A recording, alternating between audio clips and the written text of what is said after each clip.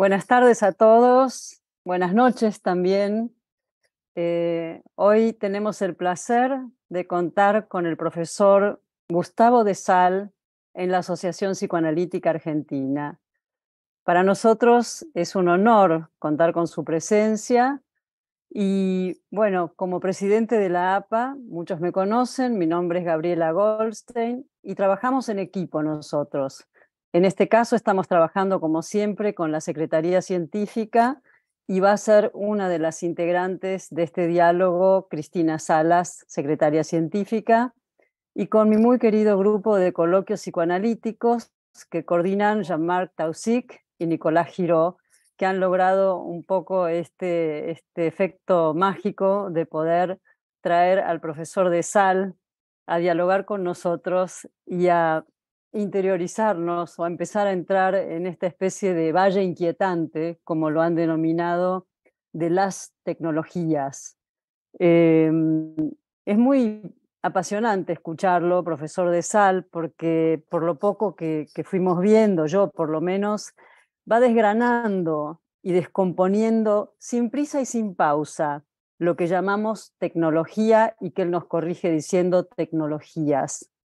Este sin prisa y sin pausa psicoanalítico, obviamente, que se aleja de la velocidad y la inmediatez que nos exigen los tiempos actuales, no busca una solución, ni tampoco posiciones partidarias, sino que va haciendo observaciones profundas y sistemáticas ya desde hace mucho tiempo que lleva eh, trazando y indagando en esta investigación sobre el gran tema. ¿Se trata de una forma de alienación? Es una pregunta, una alienación potencial contemporánea, la de las tecnologías. Y nos dice que hay un desfase en la comprensión subjetiva de las tecnologías.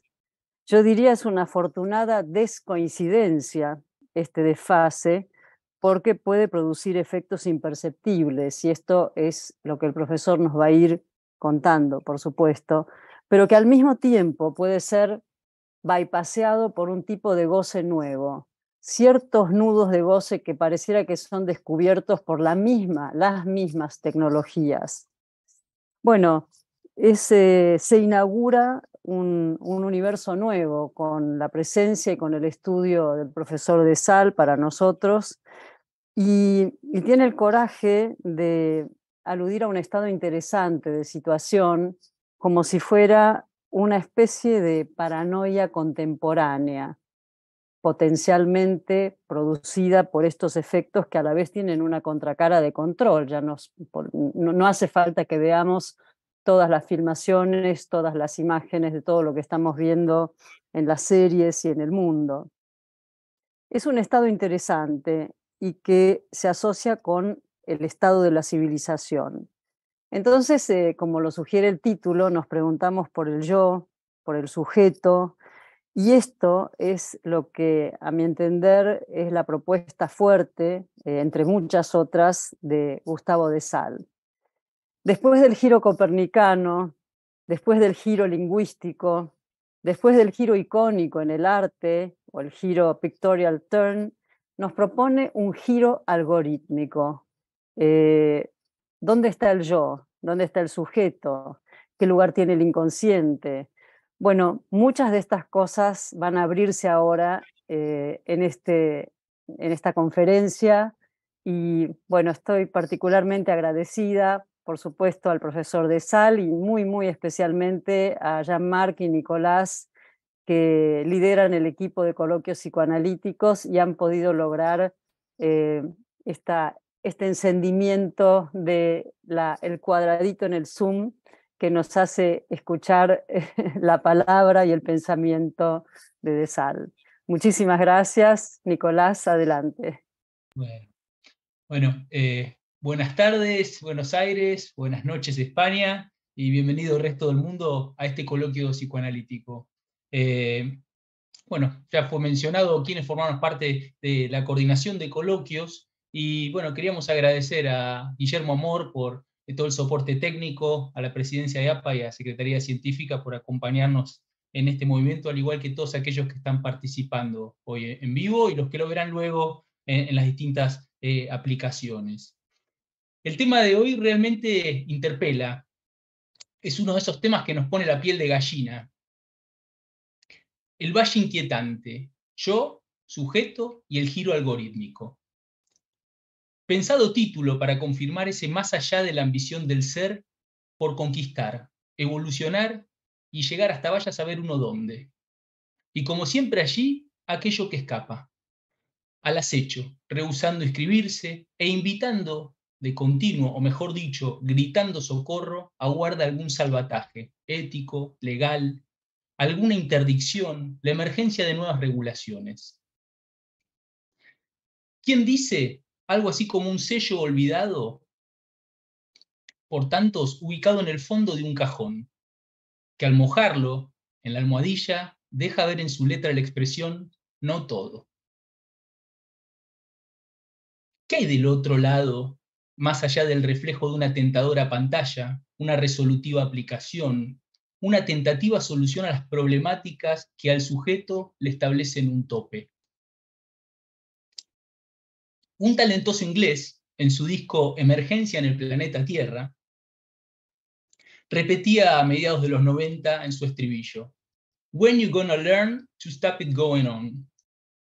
¿Cuándo van a aprender a dejar de avanzar, a parar? Si bien su estilo era novedoso, ese estribillo fue, es y será la inquietud que acompaña a la humanidad, en simultáneo con cada avance. Entonces ahora sí, si les parece, bajo nuestro paradigma, nuestra ética de coloquios, vamos a intentar de la mano de Serú Girán caminar por la vereda del sol, apostando a lo posible como psicoanalistas, echando un poco de luz sobre la tecnociencia. Y tal vez, como dice nuestro invitado, el doctor de Sal, procurando no caer en ideas apocalípticas o catastróficas. Bueno, voy a presentar a los participantes de hoy, de esta mesa.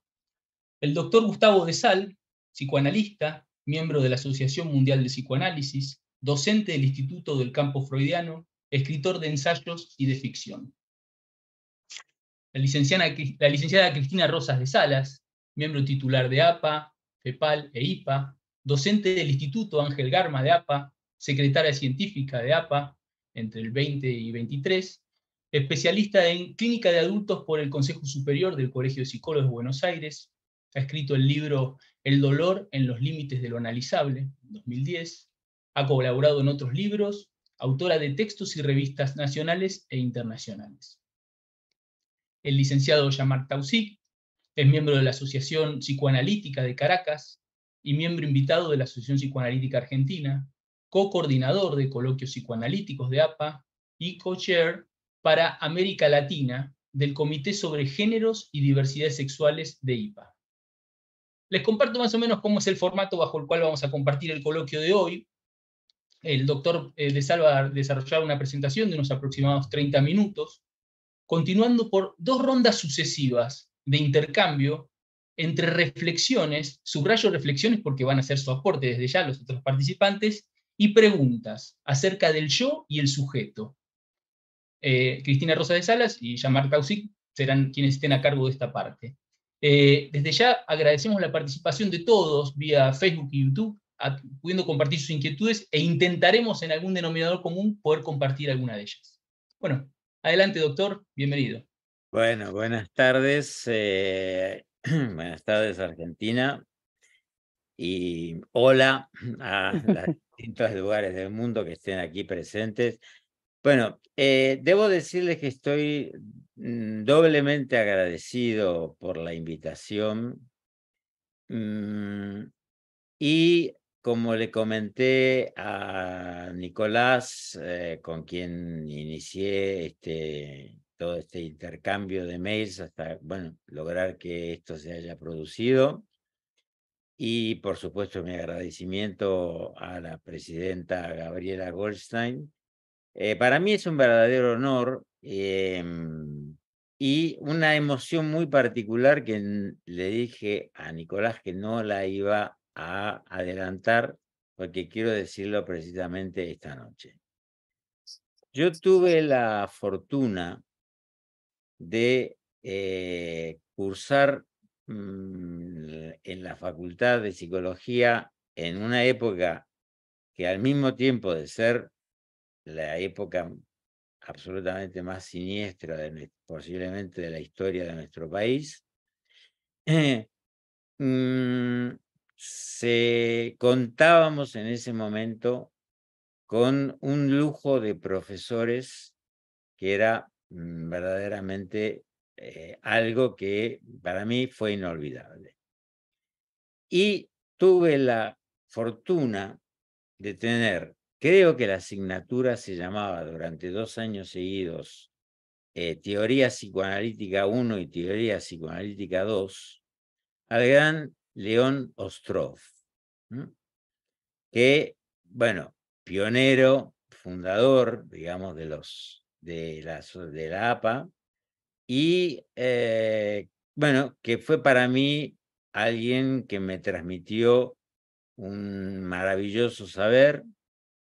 Luego, con el tiempo, supe, bueno, fui conociendo más su trayectoria, supe que hizo un esfuerzo impresionante para sostener a una de nuestras grandes poetisas, Alejandra Pizarnik, y la suerte de haber contado con la enseñanza del doctor Ostrov, que verdaderamente por quien le profesaba un gran respeto, me produce hoy, sinceramente, una emoción muy particular.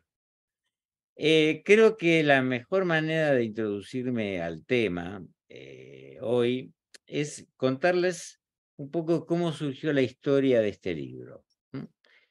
El problema que tiene los temas de la tecnología es que esto avanza a una velocidad tan vertiginosa que cuando terminamos de hacer un libro, muchas de las cosas que hemos dicho no es exactamente que queden caducas, algunas todavía tienen una vigencia, pero ya ha sido sobrepasado por las novedades que surgen a una velocidad que ahora trataré de explicar, digamos, por qué se produce y de qué manera se produce.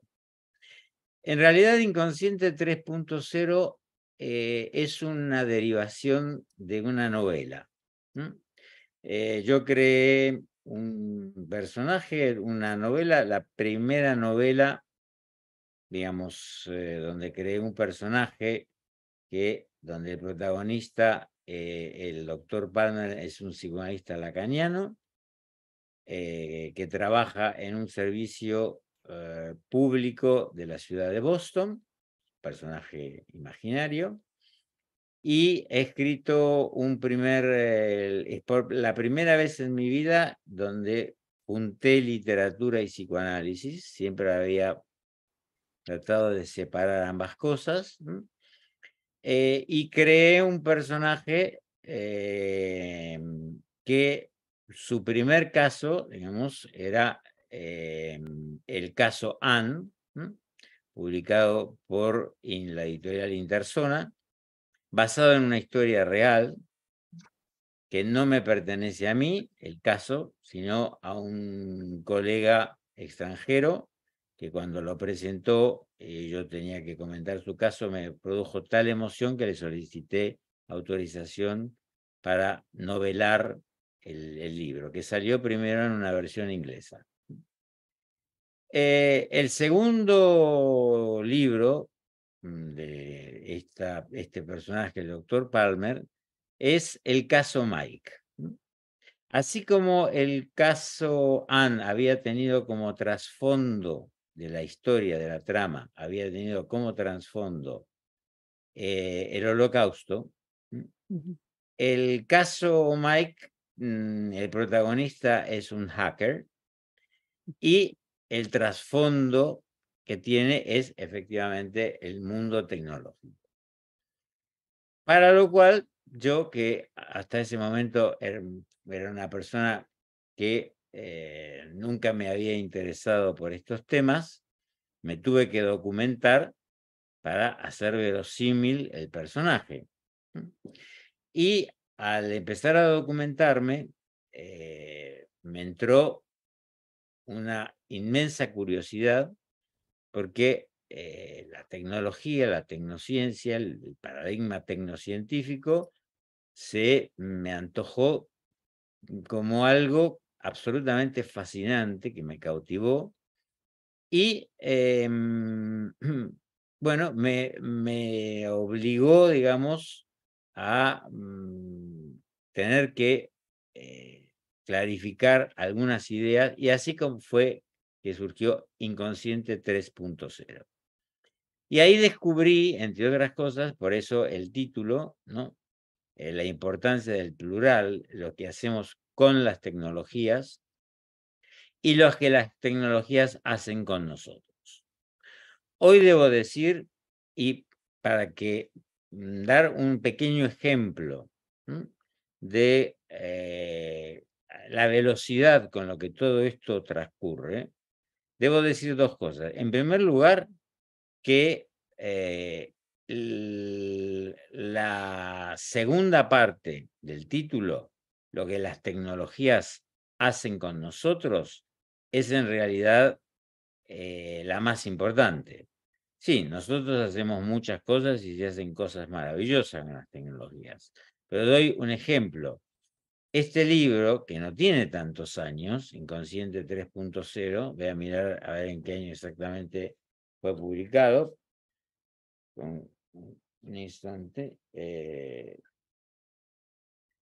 el año 2019, o sea, hace muy poco tiempo, la expresión inteligencia artificial prácticamente no existe en el libro, porque todavía la inteligencia artificial no es que no existiera, no había cobrado la importancia que tiene hoy en día.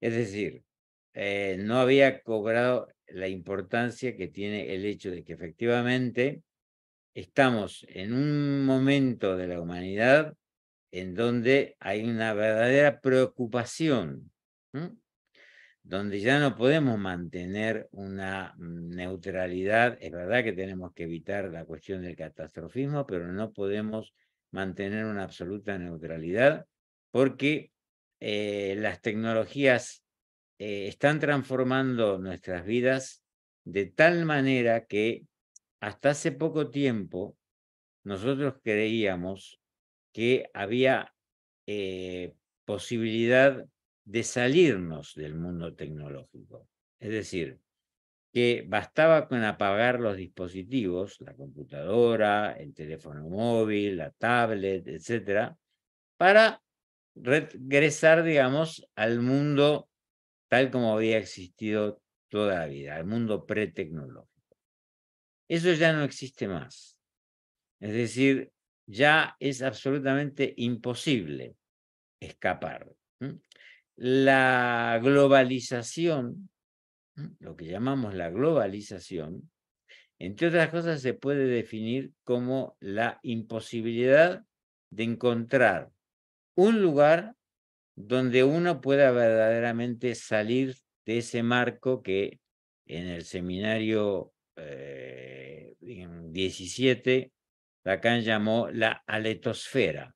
Ya en ese entonces, hace 50 años, Lacan ya tenía la intuición de que efectivamente todos esos dispositivos que nos rodean, todo lo que llamamos los gadgets, que todo eso iba a poblar y se iba a infiltrar en nuestras vidas de una forma donde iba a ser absolutamente imposible salirnos de allí. Y eso efectivamente es lo que se ha cumplido.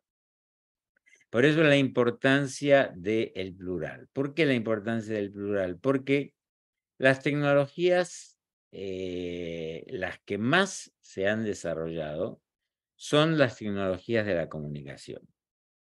Son las tecnologías que nos permiten, por ejemplo, disfrutar de este encuentro. Pero la velocidad de los superordenadores y los superconductores y los chips hace que en tiempo real, efectivamente, prácticamente a la velocidad de la luz, hoy podemos mantener, digamos, esta clase de encuentros, pero se nos ha hecho creer, y las grandes compañías como Google, por supuesto, Facebook, ahora llamada Meta, y Apple y Oracle, nos han hecho creer que efectivamente todo funciona y se desarrolla con la misma velocidad. Es decir, que por ejemplo, ustedes recordarán que hasta hace muy poco tiempo se nos vaticinaba que faltaba muy poco tiempo, pocos años, que a lo mejor en el 2020, 2022, ¿no? Ya el promedio de vida de la población iba a alcanzar los 120 años, ¿no? Bueno, todos esos vaticinios que fueron auspiciados también por medios académicos muy importantes, ¿no? Se ha demostrado totalmente, absolutamente falso, y al mismo tiempo que se puso de manifiesto el hecho de lo que efectivamente yo denomino la alienación digital. Es un concepto muy sencillo. La alienación digital significa de que efectivamente hay una imposibilidad, cada vez que se produce un avance que supone un cambio importante en el paradigma que rige la historia de la humanidad, hay una dificultad, digamos, para mantener los tres tiempos, es decir, lo que Lacan llamaba el instante de ver, el tiempo de comprender y el momento de concluir. Es decir, que entre el tiempo de ver y el momento de concluir es importante que haya, digamos, evidentemente, un tiempo para la reflexión, un tiempo que nos permita anticiparnos a cuáles van a suponer las consecuencias de todos esos avances, para poder anticiparnos. Bueno, ahora ya sabemos que ni siquiera es necesario plantearnos este concepto que yo forjé se ha quedado anticuado porque en verdad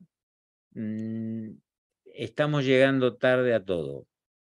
Es decir, el problema de la crisis climática se nos ha echado encima, nos ha tomado por sorpresa, más allá de incluso de todos los negacionismos habidos y por haber, ya es sabido que lamentablemente ya no hay tiempo, digamos, para, es decir, que actuar políticamente, por desgracia, ya ni siquiera nos va a resolver la cuestión.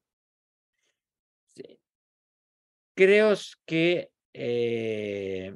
es importante tener en cuenta que cada vez ya no existe ningún rincón de nuestra vida en donde la tecnología no esté presente.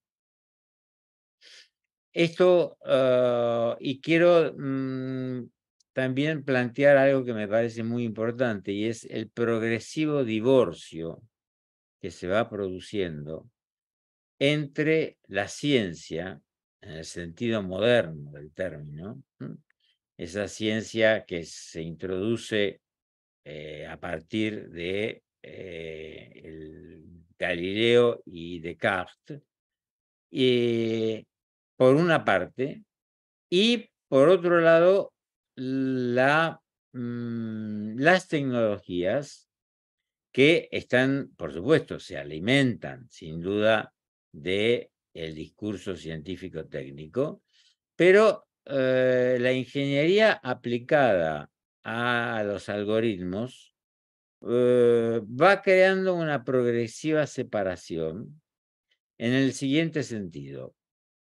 La ciencia mantiene un principio que es irrebasable, el principio de imposibilidad, sin el cual no podemos hablar de ciencia moderna. Mientras que la, digamos, tecnificación algorítmica, en verdad lo que plantea, sin decirlo abiertamente, es que nada es verdaderamente imposible. Lo que es imposible hoy dejará de serlo mañana o pasado mañana. Es decir, que habrá una solución técnica para cualquier problema técnico. Ahí hay una, digamos, diferencia abismal, puesto que de lo que se trata es que para haber podido crear las tecnologías de la comunicación, fue necesario que efectivamente los ingenieros se tropezaron y comenzaron a interesarse por el lenguaje humano, es decir, cómo funciona el lenguaje humano. Es decir, ellos se dieron cuenta muy rápidamente que el lenguaje humano posee una característica que lo diferencia de cualquier otro lenguaje. Por supuesto que existe lo que llamamos un lenguaje animal, ¿no? Es decir, la relación entre un signo y una cosa, que suele ser, es una relación prácticamente fija, biunívoca, y los ingenieros se dieron cuenta que el lenguaje humano no funciona de esa manera.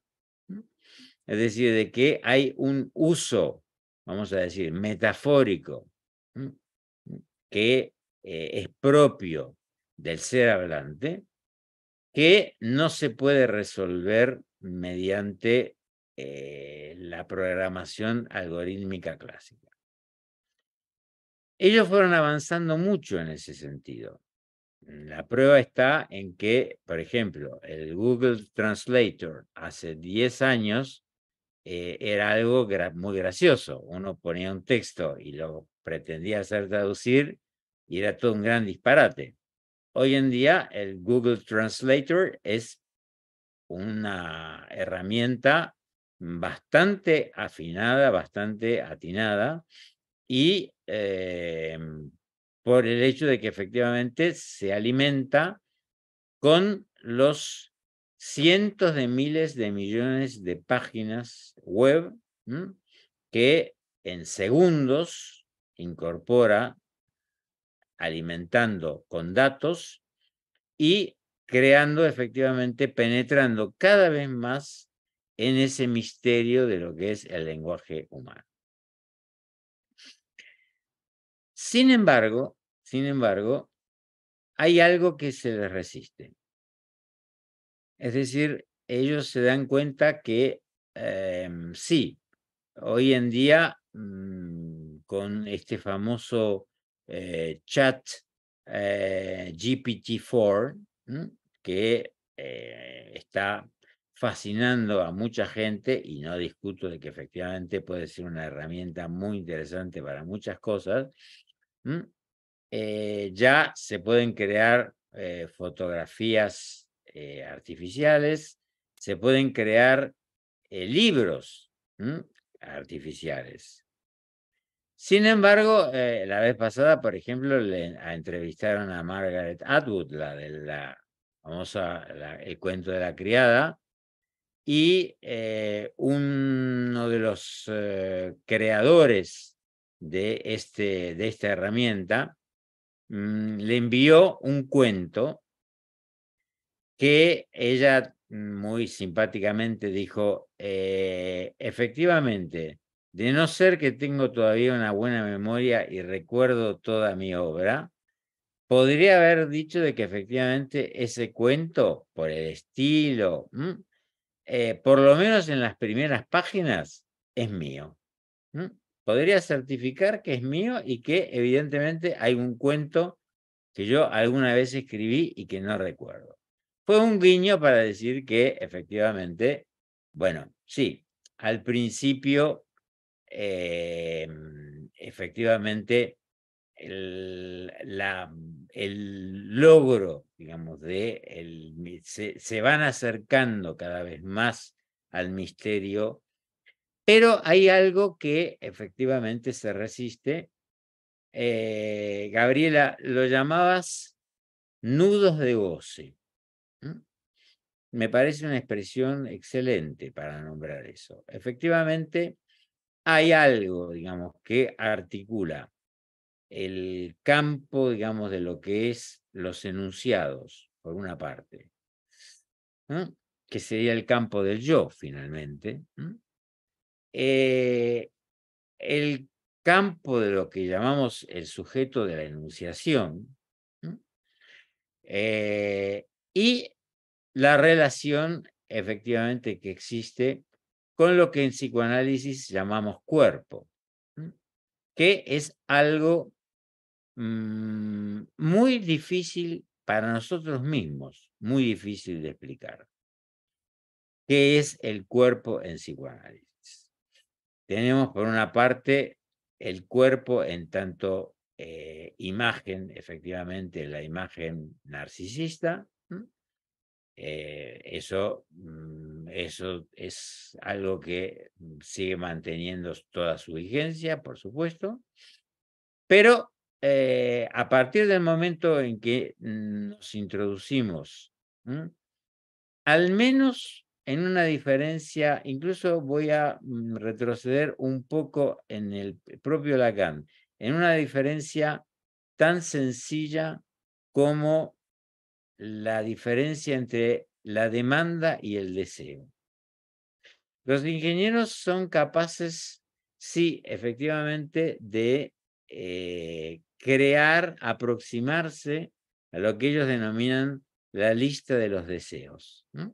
Crea tu lista de los deseos. Por ejemplo, entramos en Amazon, ¿no? Tu lista de los deseos.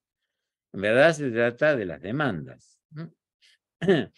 La lista de los deseos, a eso no han podido alcanzar, porque efectivamente el deseo se define para el psicoanálisis como algo que es radicalmente inconsciente. Y si ya entramos en el terreno de lo que es efectivamente lo que llamabas los nudos de goce, efectivamente hay algo allí en donde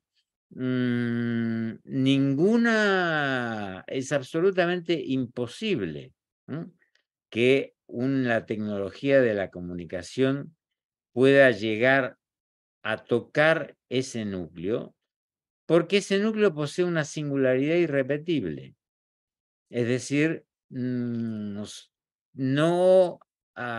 es posible universalizarlo. Es decir, estas aplicaciones no pueden universalizar esos núcleos de goce, puesto que efectivamente en cada sujeto hay una relación particular con goce, una relación que es absolutamente inconsciente, por supuesto, y que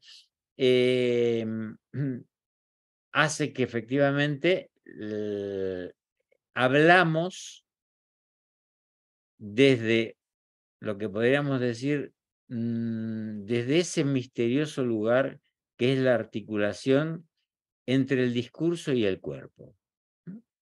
Es decir, hablamos a partir de un trauma originario, ese trauma originario que Lacan, jugando con las palabras que le permite la lengua francesa, el trou, el agujero, ¿no? El traumatisme, el traumatismo de la lengua, que produce evidentemente digamos, un enlace con los circuitos pulsionales.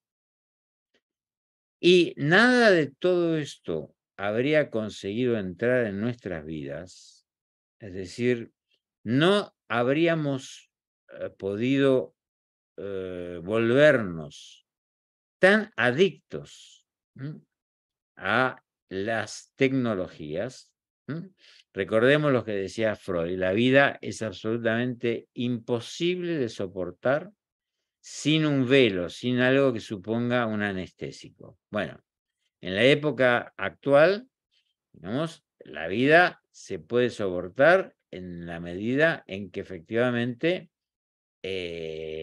existe esta relación adictiva con estos instrumentos tecnológicos. Ese punto es el punto donde los ingenieros han comprendido que no se puede resolver. ¿Por qué no se puede resolver? Porque la única manera que tienen para intentarlo es mediante la dotación de cientos de miles de millones de datos en los superordenadores.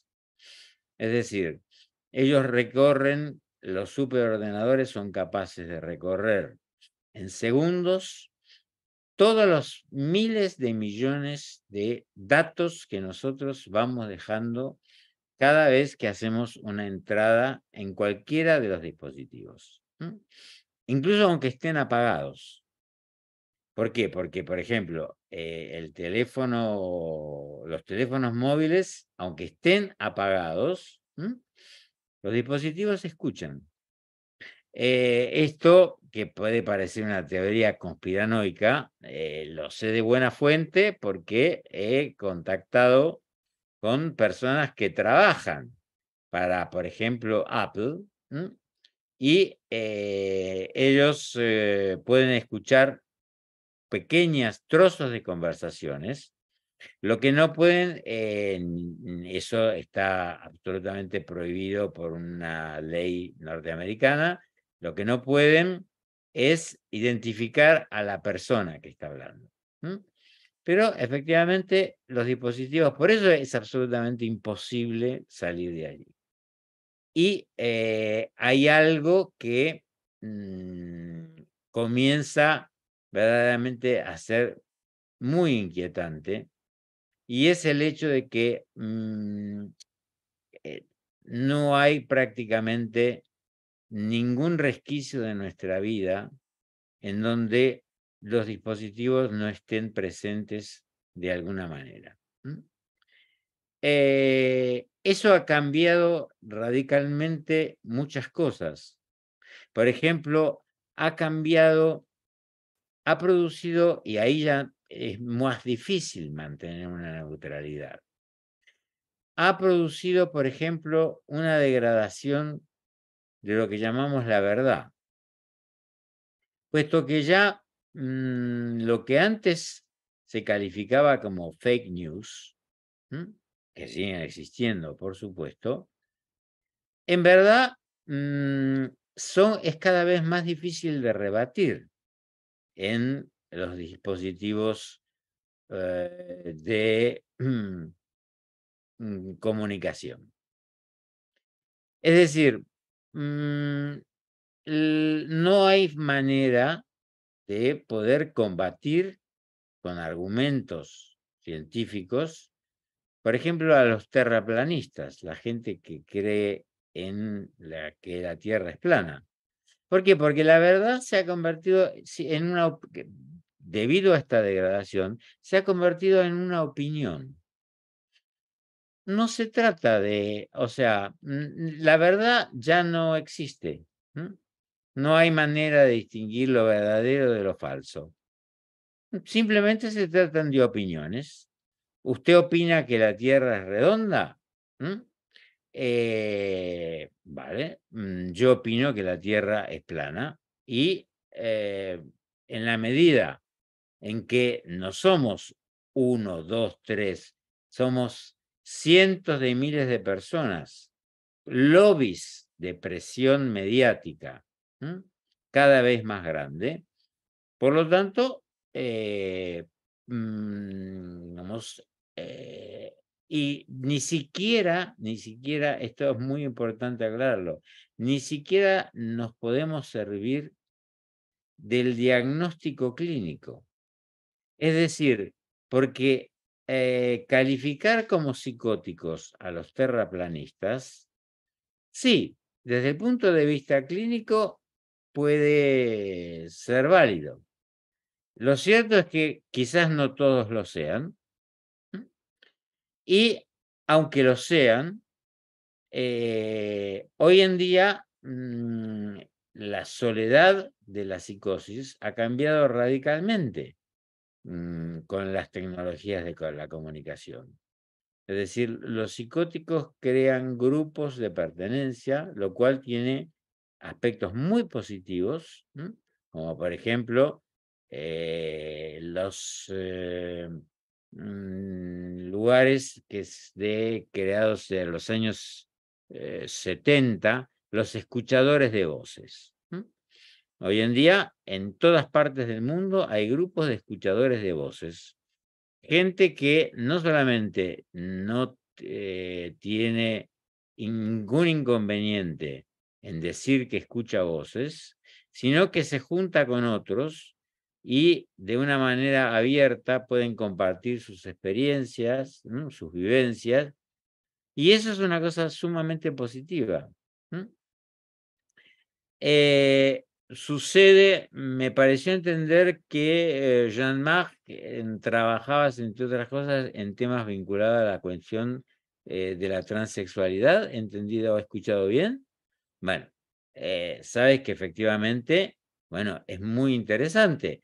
Hasta hace unos años, y el propio Lacan lo consideraba así, creíamos que la, digamos, intervención en lo real, ¿no?, de la transexualidad, es decir, los transexuales operados en un sentido u otro, eran psicóticos, que era un pasaje al acto psicótico.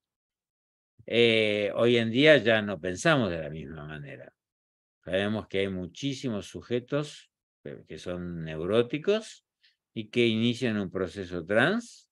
Yo he hecho una experiencia con el hospital de niños, el Lurie Hospital en Chicago, un equipo magnífico, donde efectivamente ellos daban la posibilidad de un trabajo terapéutico a quienes eran menores de 16 años, y mediante el uso de bloqueadores hormonales que detenían el desarrollo de la pubertad, se daba la posibilidad de hacer un trabajo, por lo menos una serie de entrevistas para que hubiera una elaboración y pudiera haber una elección que no se trataba de normalizar a nadie, ni provocar, ni buscar la normalización de nadie, sino dar la posibilidad de efectivamente, de un tiempo para comprender. Y eso es lo que se va degradando cada día más, ese tiempo para comprender, en muchas de las tecnologías de comunicación, y creo que eso está sí produciendo ya una verdadera preocupación, porque la inteligencia artificial y lo que se llama la inteligencia artificial generativa, es decir, las máquinas que van aprendiendo a aprender, y corremos el peligro de que efectivamente se produzca lo que se llama una especie de salto de singular, lo que se llama la singularidad, el salto en donde las máquinas ya no van a cumplir con los principios de Asimov, que decía que uno de los principios es que los robots estaban programados de tal manera que un robot jamás podría hacer daño a un ser humano. Esto ya no es así. Las máquinas pueden llegar a emanciparse. Y todo esto que parece materia de ciencia ficción, de películas de tarde, en realidad es al revés, es que la ficción ya se va pareciendo cada vez más a una ciencia. Bueno, yo me voy a detener aquí, me parece que hay dos compañeras que Cristina Rosas y Jean-Marc que iban a formular algunos comentarios. Me encantaría que, bueno, que también hiciesen sus aportaciones, sus críticas, sus acuerdos, sus desacuerdos, así que podamos tomarnos un tiempo para poder hablar, que sea verdaderamente una conversación. Voy a agregar algo, perdón, y ya os cedo la palabra. Inconsciente 3.0 dio lugar, a su vez, a que crease un perfil, no un perfil, una página de Facebook, que si ustedes ponen mi nombre, van a encontrar que dice Gustavo de Sal administra el Manicomio Global.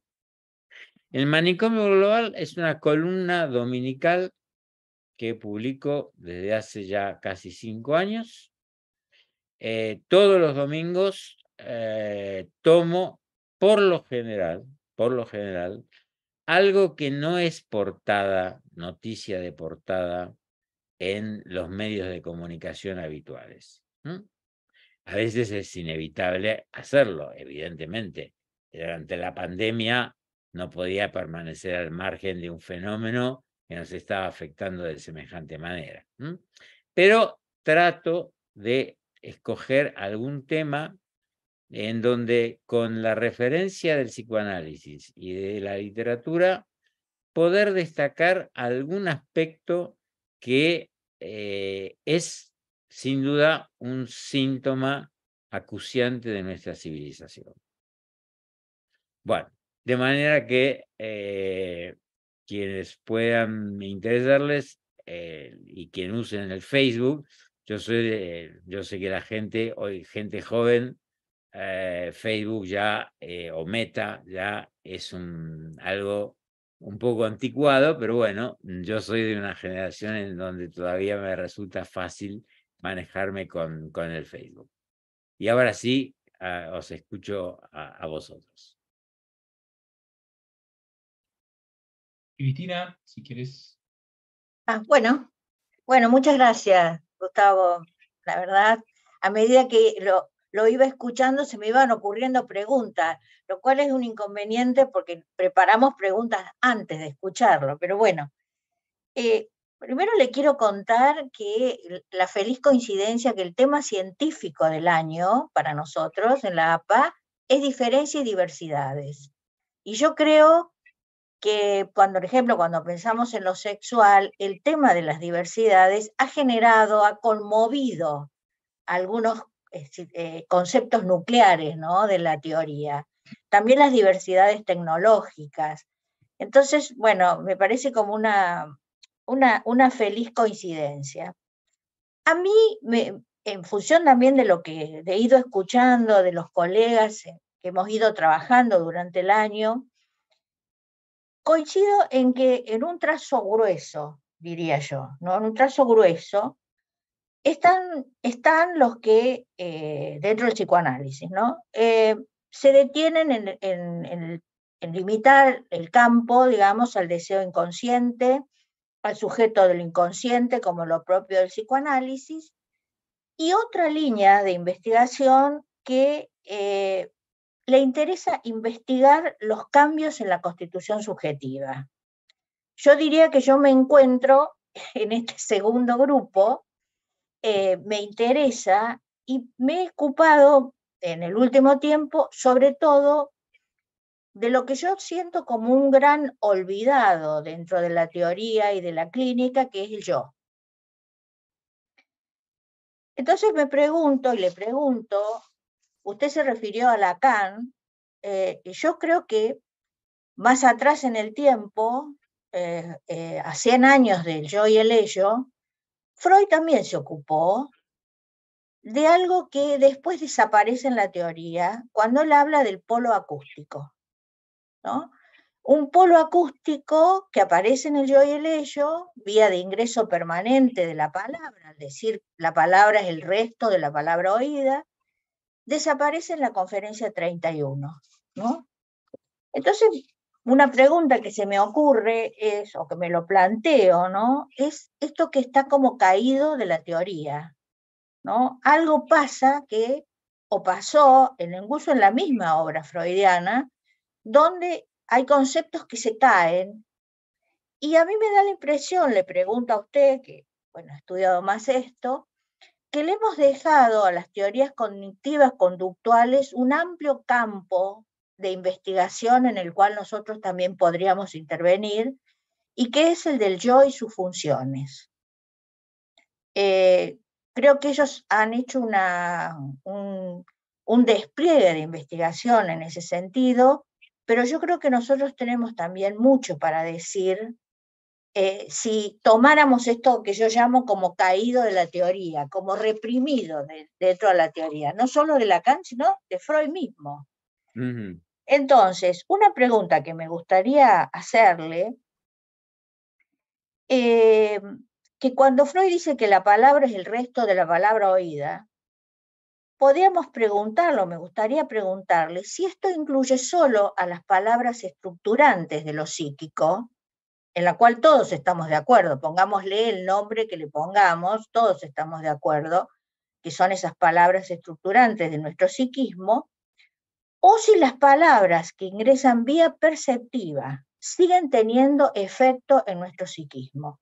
Creo que usted algo de esto ya ha contestado, pero creo que se abre un campo de investigación que si bien hay inadecuación, como usted mismo dice, entre la apropiación subjetiva de la técnica, me parece que no alcanza con quedarnos en lo que usted denomina, o yo entiendo, o yo lo digo así, como la apropiación sintomática de los desarrollos tecnológicos.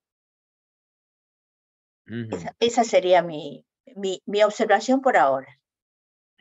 A ver, en el yo y el ello hay un hermoso capítulo, las servidumbres del yo. Sí.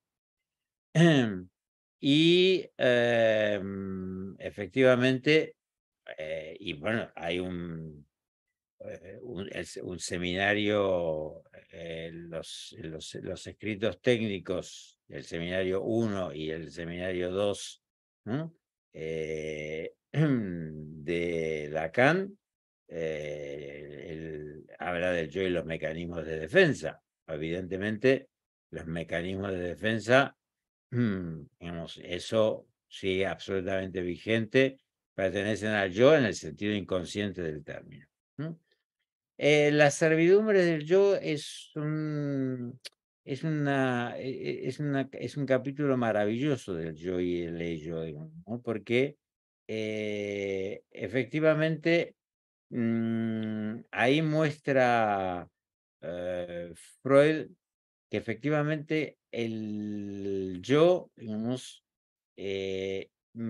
carga sobre sus hombros, digamos, el peso del superyo, que es el no nombrado, el término no nombrado en el yo y el ello, y es al mismo tiempo abogado del ello, es decir, carga con las mociones pulsionales y al mismo tiempo es esclavo de el superyo, que es una instancia a la cual bueno, el propio Freud le fue dando, hasta llegar al malestar en la cultura, le fue dando cada vez más peso. Es decir, el superyo, que me parece que quizás como respuesta a su pregunta, yo me inclinaría a pensar que el superyo es posiblemente la instancia psíquica que nos puede permitir pensar, por una parte, las palabras instituyentes, las palabras que nos han constituido, pero también nos permite pensar más allá de lo que es el sujeto a título individual. La sociedad está constituida a instancias, vamos a decir así, de los mandatos cada vez más imposibles de dejar de escuchar, que son los mandatos del superyo.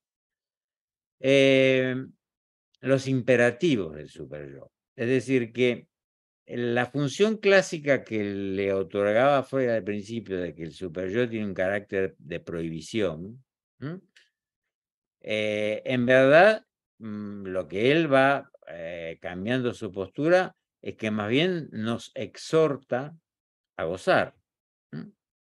Y allí es donde efectivamente me parece que tiene posiblemente cabida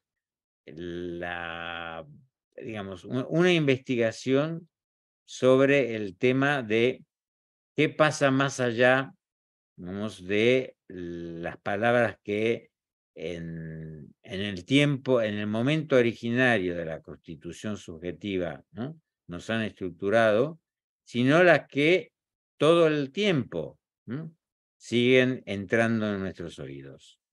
Siguen entrando en nuestros oídos porque conectan efectivamente con los circuitos pulsionales. Sigo pensando que no podemos concebir el yo,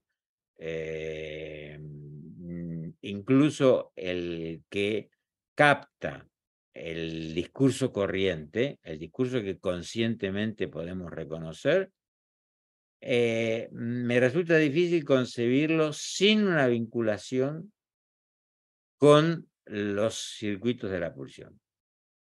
Es decir, me parece que la pulsión está vinculada, es imposible separarnos de eso. No sé si algo responde a... Sí, muchísimo, muchas gracias. Jean-Marc, ¿quieres seguir vos? Sí. Bueno, mi primera intervención de algún modo retoma y redondea algunas de las cosas planteadas al principio por el doctor de Sal y formula algunas preguntas que me parece que pueden relanzar y dar una vuelta de tuerca sobre lo que vamos planteando, ¿no?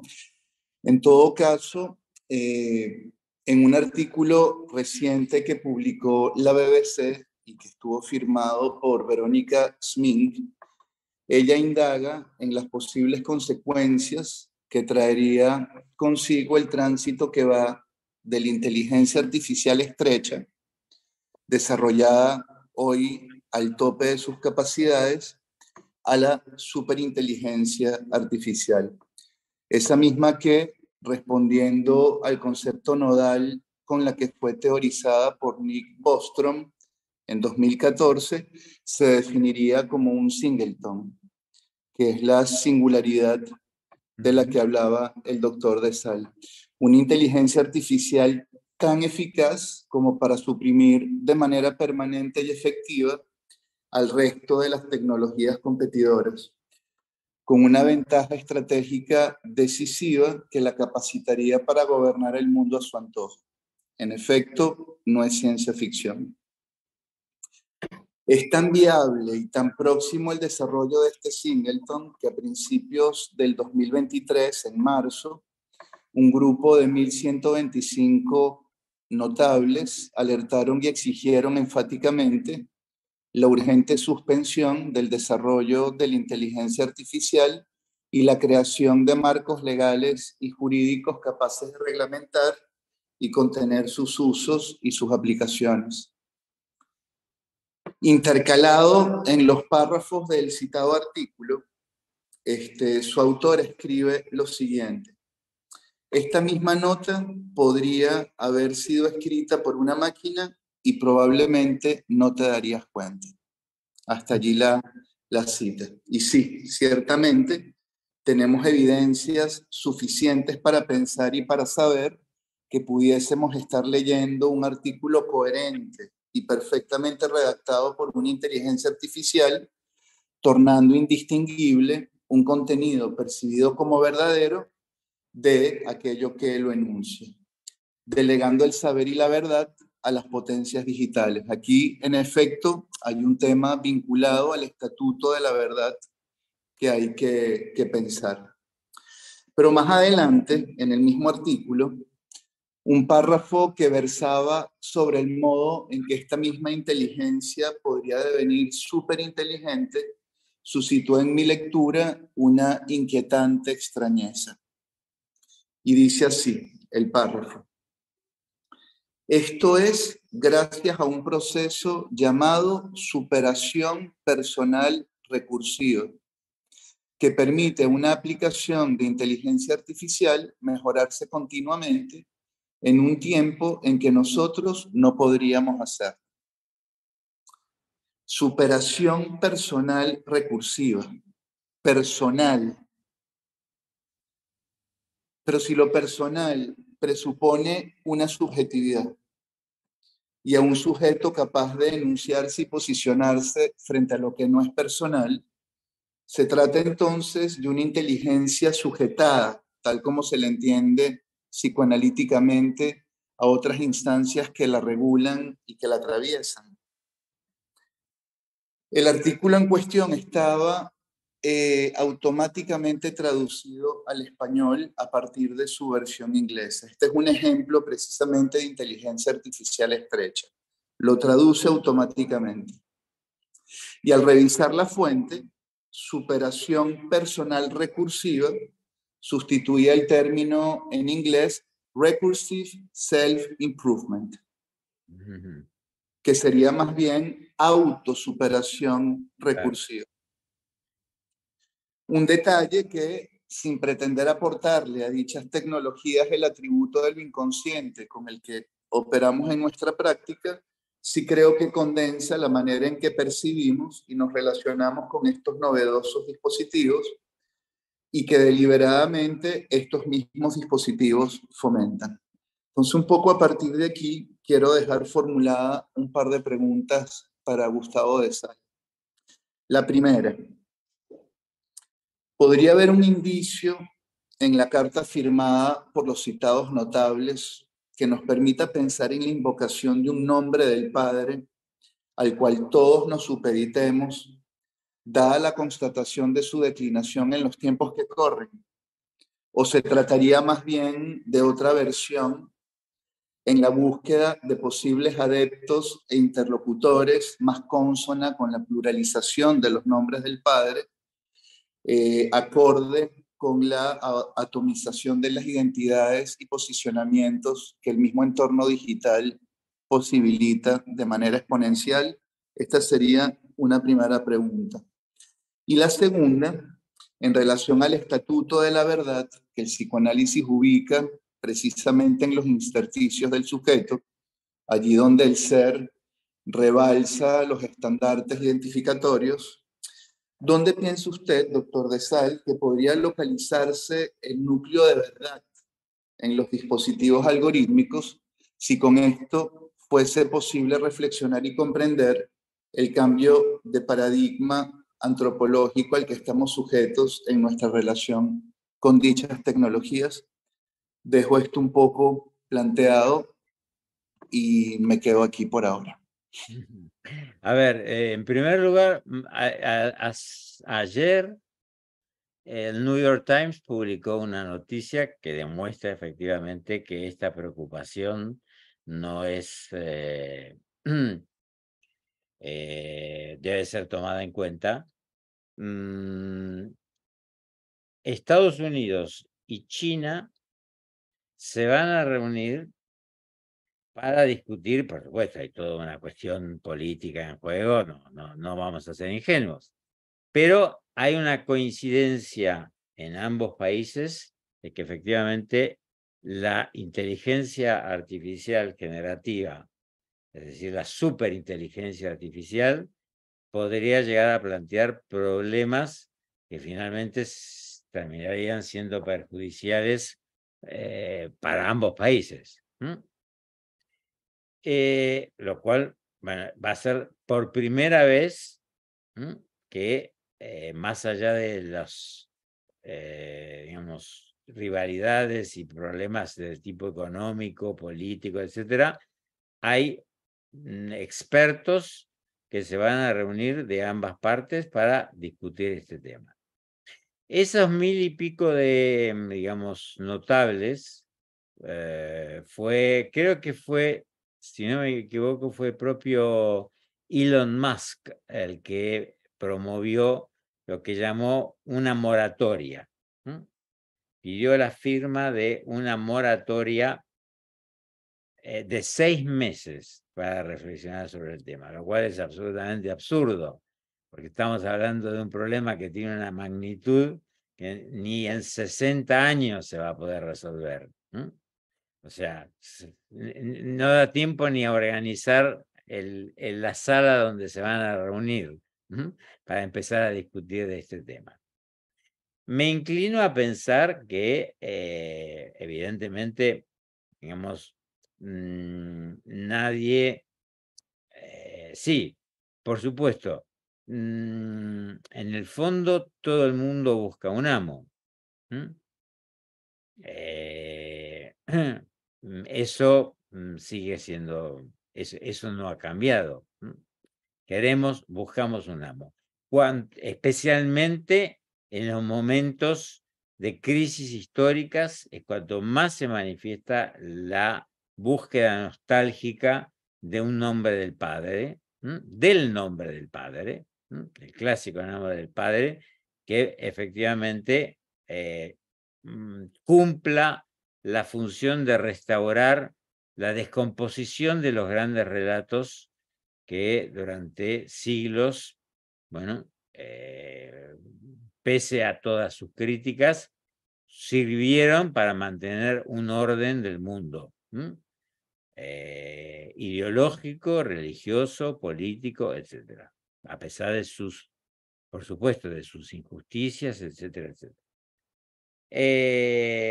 Me parece que más bien me inclino a pensar de que efectivamente ahora se trata de desesperadamente de encontrar algo que funcione, digamos, que haga las veces, ¿no? de función paterna. Por eso la pluralización de los nombres del padre me parece una idea más adecuada, es decir, algo que en su función de síntoma permita sujetar esta descomposición que se está produciendo progresivamente, porque tengo la impresión que mediante los usos tecnológicos y algorítmicos no hay verdaderamente un modo de poder reasegurar el concepto de verdad. Me parece que la degradación de la palabra ha llegado a tal extremo que devolverle su dignidad es muy, muy difícil. Debo decir que en ese sentido yo pongo mi confianza en el psicoanálisis. Creo que es la ética del psicoanálisis la que puede devolverle no ninguna clase de tecnología, que pese a las tecnologías, creo que el psicoanálisis es el espacio, tanto el espacio íntimo del encuentro entre analista y analizante, como en los foros en donde nos sea permitido intervenir, donde la transmisión de la ética particular que el psicoanálisis tiene pueda permitir, bueno, rescatar la dignidad perdida de la verdad.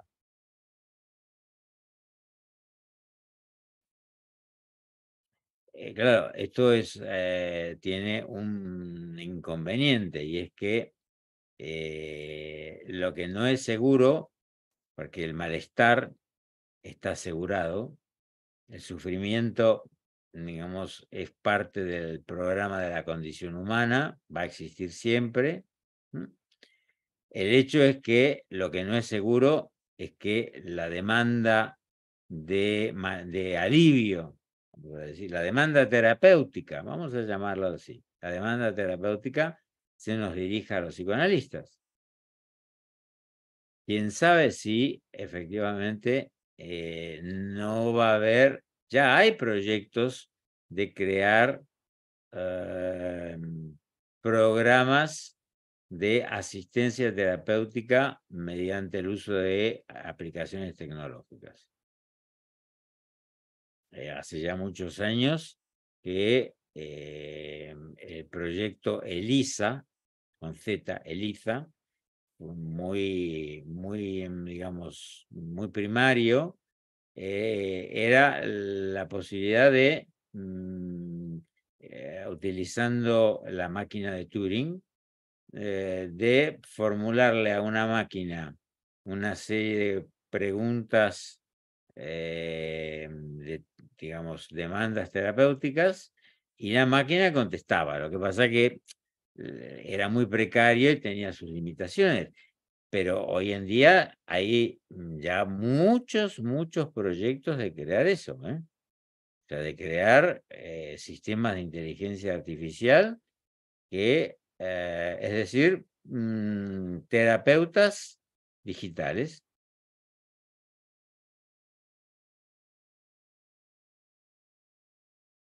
Qué silencio. Se me hizo inevitable, doctor, pensar en su libro cuando se remite a una película que tantas veces hemos mencionado en los espacios compartidos, que es la película Her, Sí. ¿no? Donde uno dice, más allá de todo ese poder de seducción de la protagonista de aquella voz, que es Scarlett Johansson, cómo hay un lugar al que no llega cuando se les propone a ambos encontrarse sexualmente. Efectivamente. Me parece ahí una voluntaria otorgando Ahí cuerpo. hay un límite, evidentemente, hay un límite. Evidentemente Total. es una Total. película maravillosa, lo cual es una película, esa película, ella misma me podría dar lugar a un coloquio, ¿no?, sobre el tema, porque efectivamente no es verdad. Por eso pienso que es importante tener en cuenta que estos dispositivos no eliminan la dimensión del cuerpo de ninguna Totalmente. manera. Es más, poco a poco se va creando una internalización de los dispositivos. Ya sabemos que hay implantes de microchips. La compañía Neuralink de Elon Musk está haciendo cosas, algunas extraordinarias, ¿no?, con la posibilidad de devolver la capacidad motriz a personas, ¿no? La posibilidad de manejar un ordenador con la vista. Sí, sí. Es gente que ha sufrido, digamos, la disección medular. Es decir, por eso pienso que no nos podemos poner moralistas y condenar los extraordinarios avances que todo esto puede producir. Lo que pasa es que evidentemente hay algo que vamos viendo y que es muy preocupante. Todo esto va tomando un sesgo político que, aunque es verdad que las nociones de izquierda y derecha son nociones que a la luz de todo lo que estamos discutiendo ya son decimonónicas, se están perdiendo, ya pierden vigencia, digamos, ¿no? El neoliberalismo de alguna manera unifica las diferencias con simplemente, bueno, algunos matices, ¿no? Pero el neoliberalismo ya no le importa tanto si, digamos, las diferencias entre la izquierda y la derecha. O mejor dicho, la derecha y la izquierda abrazan el neoliberalismo, mm, seguramente con diferentes estilos. Hay estilos un poco más brutales y otros, digamos, más, más elegantes, más adornados con una pátina de bienestar social, de repartición de los bienes. Pero lo que vamos viendo es que las tecnologías se van inclinando progresivamente hacia digamos, el beneficio del neoliberalismo de una manera que es cada vez más preocupante, ¿no? Porque el neoliberalismo tiene la característica de que se transforma permanentemente, puede adoptar todos los disfraces necesarios para sobrevivir. O dicho de otra manera, el capitalismo se disfraza de lo que sea. Todo lo que es necesario lo puede utilizar. El neoliberalismo recibe con los brazos abiertos a los sujetos trans en la medida en que pueden monetarizar algo de lo que el mundo trans les puede aportar. También puede condenarlos según los momentos, ¿no? Cuando constituyen polos de poder que denuncian cosas que no les interesan, que al capitalismo no le interesa. O sea que se puede disfrazar de Hitler, se puede disfrazar de Stalin, se puede disfrazar de cualquier cosa. Es decir, el capitalismo tiene 1000 disfraces y finalmente, bueno, lo que yo diría que la síntesis de este aspecto del momento actual de nuestra civilización es que lo trans es lo que inspira. La transparencia, la transexualidad. Todos somos trans. El transfugismo, es decir, lo trans está de moda. Y según cómo se pueda monetarizar, eso siempre puede interesar al mercado.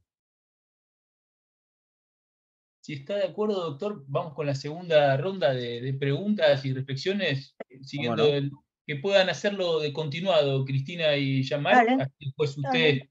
responde lo No, que le parece pertinente.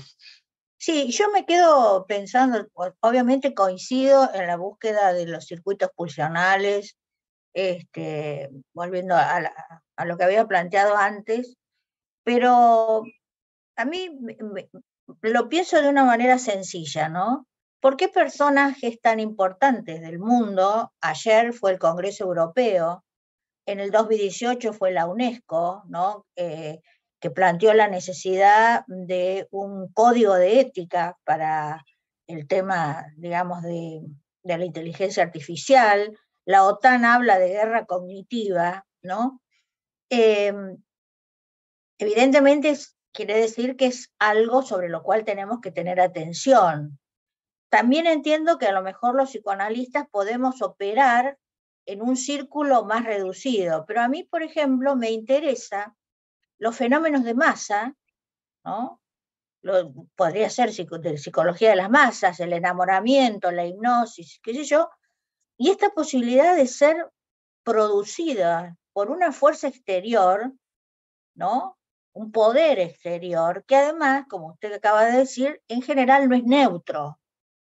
Y que en la clínica, a mí lo que me llamó la atención es que aparece en el discurso de los pacientes con una categoría como de certeza, digamos, personas que pueden pensar otras cuestiones, analizar sus sueños y demás, tienen como un bagaje de certezas donde uno puede escuchar como otra voz hablando a través de la voz de ellos. Es como que hasta podría seguir como el recorrido del discurso, y que eso, cuando se quiere abordar desde el psicoanálisis, no resulta sencillo, ¿no? Casi como que es, como dirían los Baranger, una especie de... No, le voy a responder muy rápidamente con un ejemplo que lo vemos en la clínica cada vez más. A ver. Antes, ¿no? La relación entre las mujeres, antes existía una transmisión simbólica de la función, por ejemplo, la función materna, ¿no? Más allá de que los conflictos que conocemos entre madres e hijas, bueno, es verdad que los pacientes, las mujeres, antes llamaban a sus madres para pedirles consejo respecto de la crianza de los niños, especialmente en los primeros momentos en la lactancia. Hoy en día asistimos a una generación de madres Google. Las madres Google son las madres que efectivamente no atienden a otras, es decir, atienden a voces que no son las que le dicta su propio inconsciente, ¿no? Ni la transmisión simbólica clásica. Son las madres que solamente van a hacer lo que encuentran en Google. Y lo que en Google si Google no responde, para ellas no existen. Entonces, ese es un fenómeno que da, me parece que sin duda ejemplifica muy bien lo que usted plantea, de que hay una fuerza donde dice gente que podría perfectamente pensar en sus propios términos, con sus propios significantes, ahora, entre comillas, piensa con significantes que vienen del otro, pero no del otro simbólico del que nosotros no, no, que vienen del otro algorítmico. Por eso digo, las madres Google. Y eso es, o sea, o las influencers, ¿no? Tal cual. Y, sí, o sea, como una delegación de la capacidad de pensar, no es un saber reflexivo o transmitido por la cultura equivocado, no. ¿No? Si no, digamos, pues yo no sé si mi mamá me explicó todo bien, pero venía de un otro... pero uno le consultaba a la madre, y si no era la madre, era la abuela. Y si no era la abuela, sí, siempre había un personaje femenino que podía cumplir esa función. Sí. La tía, la vecina, alguien. Pero ahora, digamos, lo que es más, si una persona, me acuerdo de una película muy divertida de un grupo de mujeres que se reunía y una de ellas comentaba que estaba saliendo había empezado a salir con un muchacho. Y lo primero que hicieron todas es buscarlo en Google. Y como no lo encontraban, decían que era falso, que no podía ser, que estaba equivocada, que estaba delirando, que no estaba con nadie. No le podían creer a la amiga de que podía existir un ser real que no se encontrara en Google. Y que no fuera sospechoso, además. Sí, bueno, por supuesto, efectivamente. Porque usted en el libro utiliza una cosa que me encantó cuando lo leí, que dice el derecho, algo así, no me lo acuerdo de memoria, como el derecho a la oscuridad. que yo asocié con el derecho al olvido. Es como que no hay forma de que lo que uno dijo no pueda ser traído, ¿no? Yo que he vivido en un pueblo chico, si finalmente se convierte como en un pueblo chico, donde todos somos transparentes, ¿no? No hay derecho a la oscuridad. Es muy interesante. Gracias. Amal. Bueno, entonces voy a acudir a la lectura. A ver, la transformación revolucionaria que sobre el entendimiento del sujeto supuso el descubrimiento de Freud, el de una profundidad trascendente aún por revelarse, contrapuesta al discurso diurno y consciente, aunque influido por el primero, y cuyo develamiento expande el rango de experiencia y comprensión de la subjetividad, parece devenir en los entornos digitales mera superficialidad, tendiente a un aplanamiento de la distancia entre la estructura profunda y el nivel empírico del discurso, cada vez menos diferenciados y más solapados entre sí. Mas no por eso impidiéndonos a nosotros nuevas aproximaciones al acontecer psíquico, como psicoanalistas. Da la impresión de que la pura visibilidad, el volcamiento irrefrenable hacia los otros o la misma compulsión a comunicar en tiempo real cediese su lugar a la rememoración introspectiva o al descolocamiento subjetivo que produce el sueño o el acto irreflexivo.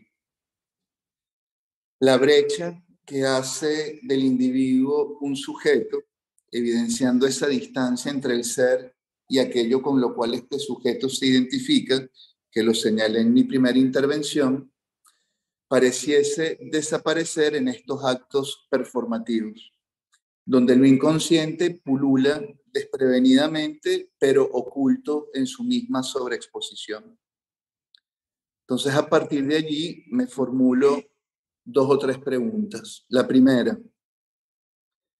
¿cómo favorecer nuestra inmersión profunda en los estamentos autonomizados de la red para intervenir psicoanalíticamente, subvirtiendo desde las entrañas mismas del ciberespacio esa lógica desalmada de una escritura matemática que no tiene formalización? Esta sería una primera pregunta. La segunda sería de qué manera incursionar en los metaversos, donde más allá de las evasiones también se juega un apremio vitalista más afín y coherente con nuestra propia heterogeneidad constitutiva, que viene también poblada por personificaciones y avatares.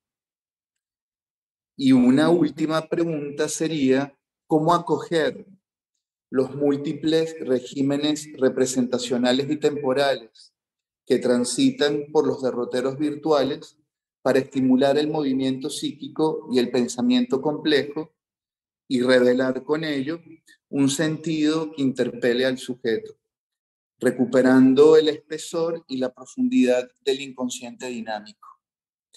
Estas serían mis inquietudes. Bueno, a ver, el metaverso, por eso la compañía Facebook cambió su nombre por Meta. El metaverso fue promocionado de una manera, digamos, exponencial, pero al día de hoy, en verdad, por eso las acciones de Facebook han caído estrepitosamente.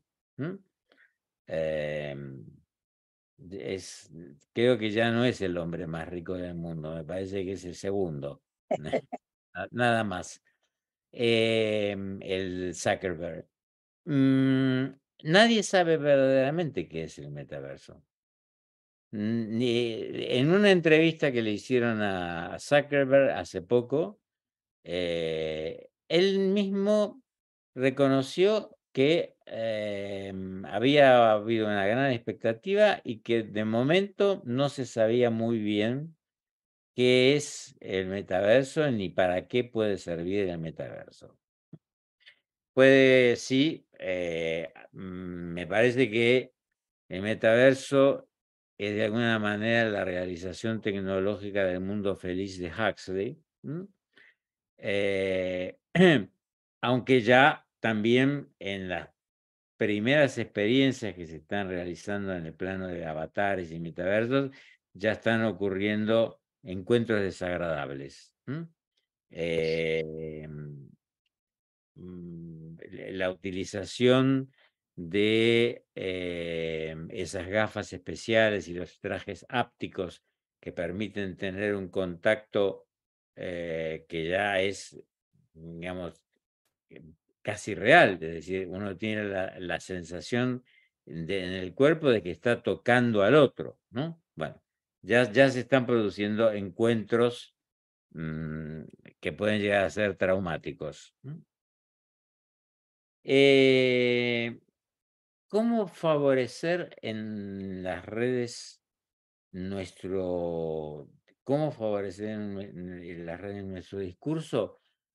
A ver, me parece que el hecho de que hayamos desde hace unos años abandonado la soledad exclusiva del consultorio para salir al mundo y hacer escuchar nuestra voz, insisto, ¿no?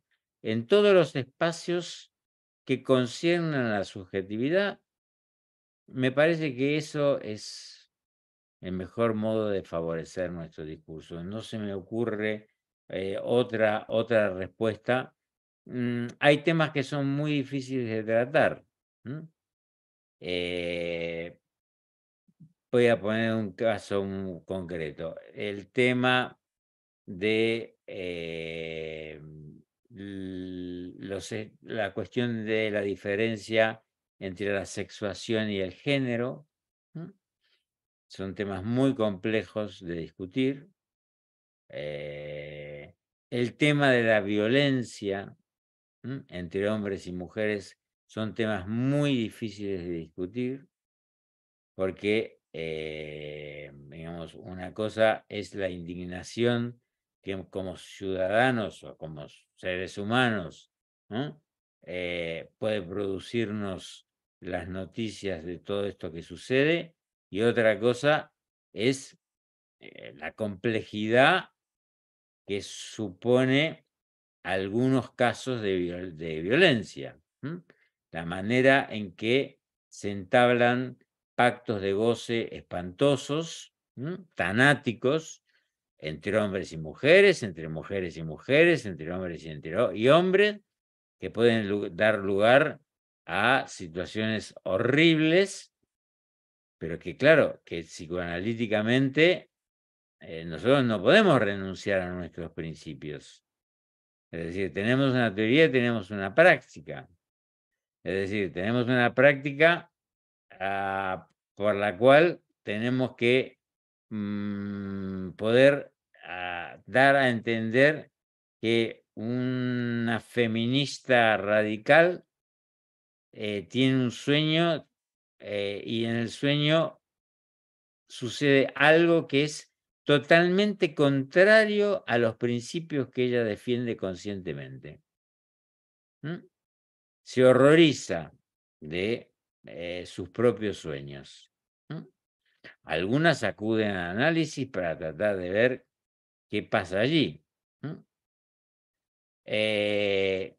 La respuesta, ¿cuál va a ser? Decirle, usted es víctima, una víctima inocente de las desgracias actuales del mundo, o vamos a tratar de rastrear en qué supone esa división subjetiva, de dónde vienen esos sueños, cuál es su sentido, cuál es el deseo que allí se pone en juego, cuál es.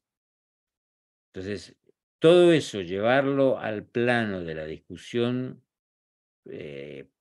digamos, en foros públicos, algunos son temas que son verdaderamente muy complejos porque hay gente que considera que el psicoanálisis atenta, por ejemplo, contra la dignidad de las mujeres, olvidándose, ¿no? Yo muchas veces sostengo esto. La primera sociedad llamada, digamos, entre comillas, científica, que admitió la presencia de mujeres y que muy rápidamente permitió que a nivel internacional fuesen presidentas de una institución, fue el psicoanálisis. O sea, ¿quiénes fueron en la sociedad que Freud creó, su famosa Sociedad Científica de los Miércoles? Aceptaba mujeres cuando eso era absolutamente inexistente en todos los círculos intelectuales, que las mujeres se pudieran reunir, pudieran tener voz, pudieran tener voto. Y no hablemos de con qué rapidez se convirtieron en jefas de escuela y presidentas de la Asociación Mundial de Psicoanálisis, perdón, de la Asociación Psicoanalítica Internacional. No sé si estoy equivocado, creo que Ana Freud fue la primera, cuando Freud murió. Eso lo saben ustedes mejor que yo. Entonces, creo que es difícil, evidentemente, discutir sobre ciertos temas, porque salvo aquellos intelectuales o pensadores que están muy atravesados por el discurso analítico, no, me parece que no podemos renunciar a nuestros principios. No fue presidenta, Ana Freud no fue presidenta de la IPA. ¿Alguien me No, no No. fue presidenta, pero estuvo muy cerca de la organización digamos, de la dirección de la IPA. ¿Y Melanie Klein? No, tampoco, No, pero, tampoco. pero tuvieron un rol fundamental en el desarrollo absolutamente del En una psicoanálisis. época en la cual eso no existía. Claro, fueron prácticamente pioneras en el psicoanálisis de niños y en la controversia precisamente en relación al desarrollo, al yo que se habló y a muchas cuestiones entre la dimensión fantasmática y la dimensión más evolutiva.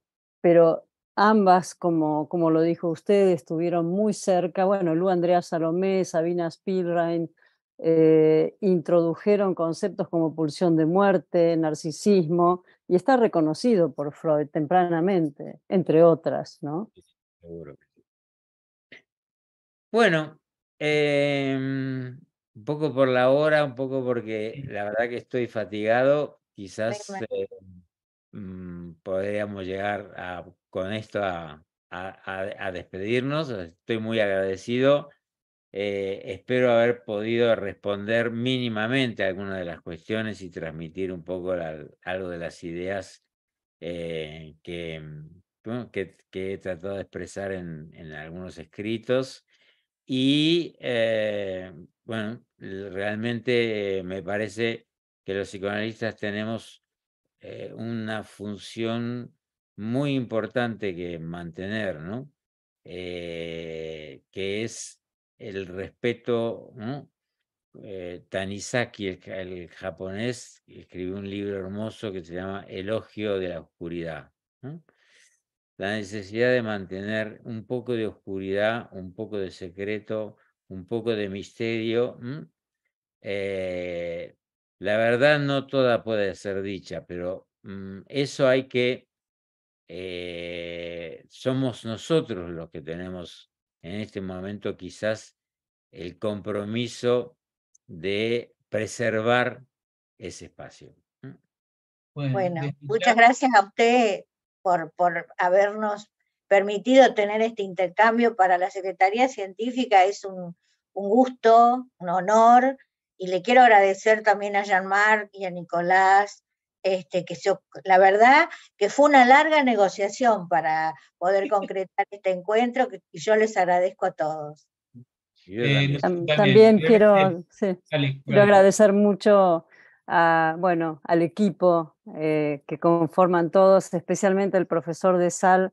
Ha sido un lujo escucharlo, un diálogo y una presentación absolutamente con una honestidad intelectual casi políticamente incorrecta, y eso es fantástico para los psicoanalistas, porque básicamente seguimos manteniendo cierta condición de misterio, de oscuridad o de subversión, y también me parece haber escuchado como alguno de los espacios posibles para ver y seguir pensando qué hacemos con esta dimensión de una política absorta en el neoliberalismo que recorre todo y promueve nuevos amos, entre los cuales podría llegar a estar todo esto de lo que estuvimos hablando, si no estamos atentos, como usted lo dice también, desde el psicoanálisis, con estos puntos que marcó tan claramente entre los cuerpos, lo sexual, la violencia y ciertos discursos y diálogos que necesitan espacios que exceden a la dimensión tecnológica, ¿no? Creo que ha sido una presentación extraordinaria. Muchas gracias, Nico y Jean-Marc, por haber insistido al profesor de Sal en poder lograr escucharlo y tenerlo con nosotros y ser parte de nuestra dimensión planetaria, como lo dice usted, que me parece algo magnífico. Muchísimas gracias. A ustedes, muchísimas gracias. Estamos arribando ya a la meta cumplida, así que es un alegrón que haya salido bien esto. Y ya habrá nuevas invitaciones, doctor. Ahora que ya hizo la primera, vamos a hacer series, si le parece. Muy bien, Muchas gracias. Encantado. Gracias, gracias.